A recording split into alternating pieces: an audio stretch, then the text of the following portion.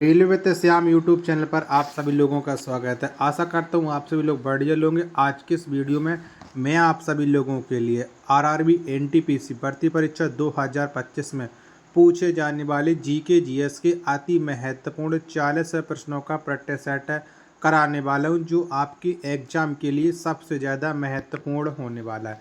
तो आज की इस वीडियो को आप सभी लोगों को शुरू से लेकर के एंड तक फुल वॉच करते रहना है। अगर आपको ये वीडियो पसंद आती है तो प्लीज़ आप लोग इस वीडियो को लाइक और चैनल को आप लोग सब्सक्राइब करना बिल्कुल ना भूलें। तो चलिएगा फिर शुरू करते हैं। तो पहला प्रश्न आ जाता है कि भारतीय संविधान का कौन सा अनुच्छेद उपाधियों के अंत को सुनिश्चित करता है। तो बताओ कौन से अनुच्छेद के द्वारा उपाधियों का अंत सुनिश्चित है। पहले प्रश्न का राइट आंसर क्या हो जाएगा। तो अनुच्छेद 18 में कहा गया है। पहले प्रश्न का डी ऑप्शन करेक्ट आंसर हो जाएगा। अगला प्रश्न प्रश्न संख्या 2 है कि भारतीय राष्ट्रीय कांग्रेस का पहला अधिवेशन 1885 में किस शहर में आयोजित किया गया था। तो बताओ कौन से शहर में ये भारतीय राष्ट्रीय कांग्रेस का पहला अधिवेशन हुआ था। प्रश्न संख्या 2 का राइट आंसर क्या हो जाएगा। तो 1885 में जो पहला अधिवेशन हुआ था कांग्रेस का, वो हुआ था बम्बई में। 2 का सी ऑप्शन करेक्ट आंसर हो जाएगा।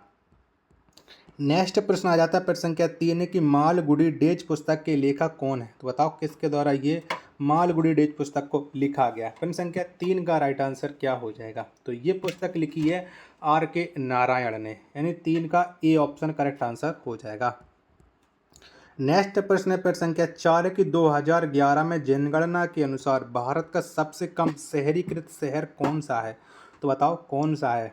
तो 2011 में जनगणना के अनुसार जो भारत का सबसे कम शहरीकृत राज्य है वो हो जाता है हिमाचल प्रदेश।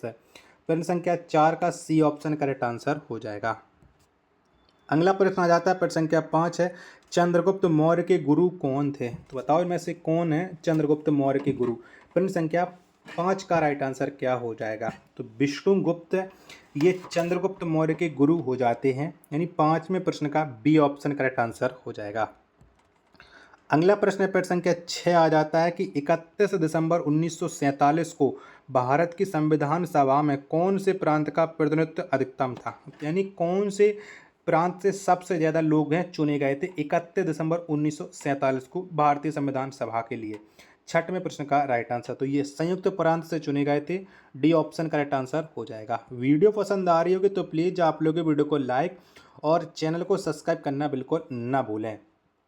अगला प्रश्न प्रश्न संख्या 7 आ जाता है किस मुगल शासक ने अंग्रेजों को सूरत में अपना पहला कारखाना स्थापित करने की अनुमति दी थी। तो बताइए किसने अनुमति दी थी। प्रश्न संख्या 7 का राइट आंसर क्या हो जाएगा। तो ये अनुमति दी थी जहांगीर ने। 7 का डी ऑप्शन राइट आंसर हो जाएगा। नेक्स्ट प्रश्न आ जाता है प्रश्न संख्या 8 है वड़ानता रोग किस विटामिन की कमी से होता है। तो बताओ इनमें से कौन सी विटामिन कमी से वड़ानता रोग होता है। 8वें प्रश्न का राइट आंसर क्या हो जाएगा। तो ये होता है विटामिन ए की कमी से, यानी 8 का ए ऑप्शन राइट आंसर हो जाएगा। नेक्स्ट प्रश्न है प्रश्न संख्या 9 आ जाता है भारतीय संविधान के किस अनुच्छेद में पंचायतों और स्थानीय निकाय शासन से संबंधित प्रावधान है। तो बताइए कौन से अनुच्छेद में है पंचायत और स्थानीय निकाय शासन से संबंधित प्रावधान। 9वें प्रश्न का राइट आंसर क्या हो जाएगा। तो इनका संबंध हो जाता है अनुच्छेद 243 से। 9 का डी ऑप्शन राइट आंसर हो जाएगा। चलिएगा प्रश्न संख्या 10 आ जाता है कि सोडा वाटर में कौन सी गैस पाई जाती है। तो बताओ इनमें से कौन सी गैस मिलती है सोडा वाटर में। प्रश्न संख्या 10 का राइट आंसर क्या हो जाएगा। तो सोडा वाटर में कार्बन डाइऑक्साइड पाई जाती है। डी ऑप्शन राइट आंसर हो जाएगा। चलिएगा अगला प्रश्न आ जाता है प्रश्न संख्या 11 है पारा का सामान्य नाम क्या है। तो बताओ क्या हो जाता है पारा का सामान्य नाम। 11वें प्रश्न का राइट आंसर क्या हो जाता है क्विक सिल्वर। ये पारा का सामान्य नाम है, यानी 11 का ए ऑप्शन करेक्ट आंसर हो जाएगा। 12वें नंबर का प्रश्न कि हॉर्नबिल त्योहार भारत के किस पूर्वोत्तर राज्य में मनाया जाता है। तो बताओ कौन से राज्य मनाया जाता है हॉर्नबिल त्योहार। 12 का राइट आंसर क्या हो जाएगा। तो इसे मनाया जाता है नागालैंड में। 12 का सी ऑप्शन करेक्ट आंसर हो जाएगा। अगला प्रश्न आ जाता है प्रश्न संख्या 13 है कि 1942 में किस प्रधानमंत्री के निर्देश अनुसार क्रिप्स मिशन भारत आया था।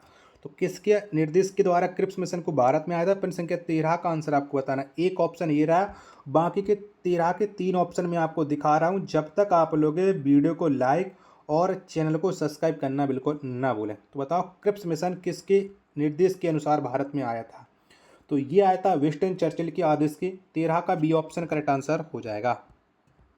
नेक्स्ट प्रश्न आ जाता है प्रश्न संख्या 14 की OMR में एम का पूर्ण रूप क्या है? तो बताओ एम का फुल फॉर्म क्या हो जाता है OMR में? प्रश्न संख्या 14 का राइट आंसर क्या हो जाएगा? तो एम का पूर्ण रूप होता है मार्क। 14 का डी ऑप्शन करेक्ट आंसर हो जाएगा। अगला प्रश्न प्रश्न संख्या 15 आ जाता है कि विश्व की सबसे बड़ी प्रवाल भित्ति कहाँ पाई जाती है? तो बताओ कहाँ पर मिलती है विश्व की सबसे बड़ी प्रवाल भित्ति? 15वें प्रश्न का राइट आंसर क्या हो जाएगा? तो ये पाई जाती है ऑस्ट्रेलिया में। कहाँ पर? ऑस्ट्रेलिया में। 15 का बी ऑप्शन करेक्ट आंसर हो जाएगा। चलिएगा अगला प्रश्न आ जाता है प्रश्न संख्या 16 है कि भारत का पहला समाचार पत्र बंगाल गजट के संस्थापक कौन थे? तो बताओ कौन थे? तो बंगाल गजट के जो संस्थापक थे वो थे J.A. हिक्की, जिसके द्वारा भारत का पहला समाचार पत्र शुरू किया गया था। 16 का बी ऑप्शन करेक्ट आंसर हो जाएगा। 17वें नंबर का प्रश्न आ जाता है कि यूनेस्को विरासती स्थल ओरछा किस राज्य में स्थित है? तो बताओ ओरछा है वो कहाँ पर पड़ता है? तो ओरछा ये मध्य प्रदेश में स्थित है और मध्य प्रदेश के निवाड़ी जनपद में, जो झांसी के बहुत ही करीब पड़ता है। 17 का बी ऑप्शन करेक्ट आंसर हो जाएगा। 18वें नंबर का प्रश्न है कि कोशिका का बाहरी आवरण कौन सा है जो कोशिका के अवयवों को उसके बाह्य वातावरण से अलग करता है? तो बताओ कौन अलग करता है? प्रश्न संख्या 17 का आंसर आपको देना है। तो इसको जो अलग करता है वो अलग करता है प्लाज्मा झिल्ली। कौन? प्लाज्मा झिल्ली। 18 का ए ऑप्शन करेक्ट आंसर हो जाएगा। नेक्स्ट प्रश्न प्रश्न संख्या 19 है कि 1586 में द लिटिल वैलेंस पुस्तक किसने लिखी थी? तो बताओ इस पुस्तक को किसके द्वारा लिखा गया था?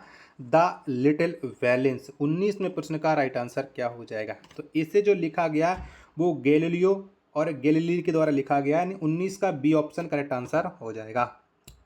वीडियो पसंद आ रही हो तो प्लीज़ वीडियो को लाइक और चैनल को आप सब्सक्राइब करना बिल्कुल ना भूलें। प्लीज़ सपोर्ट करिएगा, बहुत मेहनत करता हूँ आप सभी लोगों के लिए।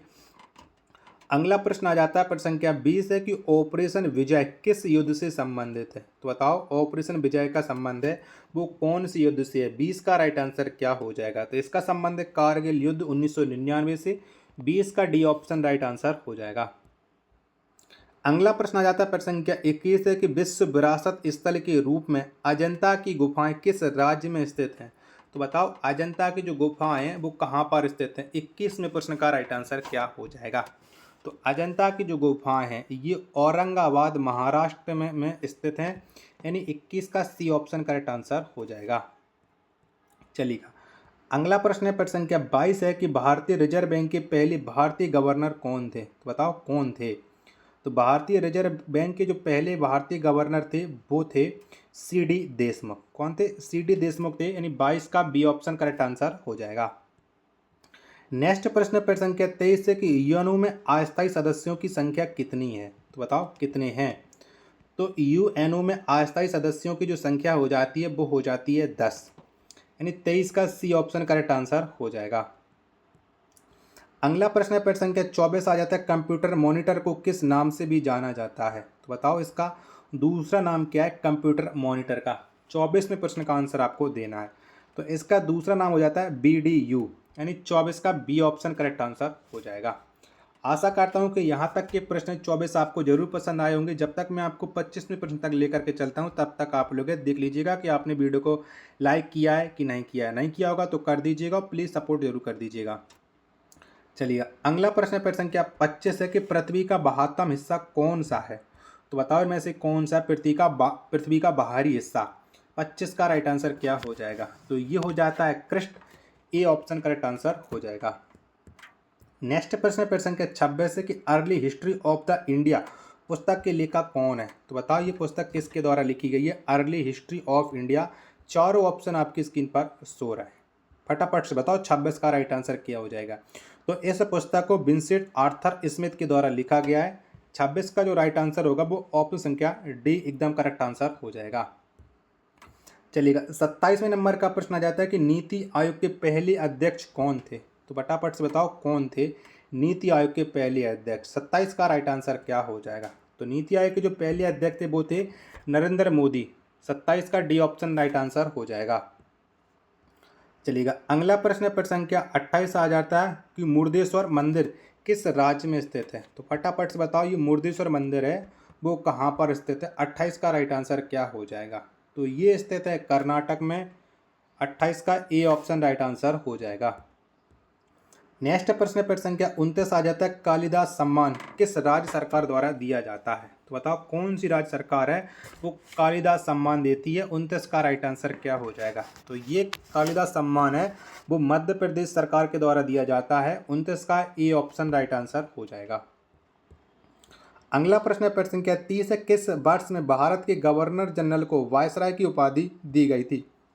तो बताओ ये वायसराय की उपाधि कब मिली थी भारत के गवर्नर जनरल को। तो ये उपाधि मिली थी 1858 में। 30 का डी ऑप्शन राइट आंसर हो जाएगा।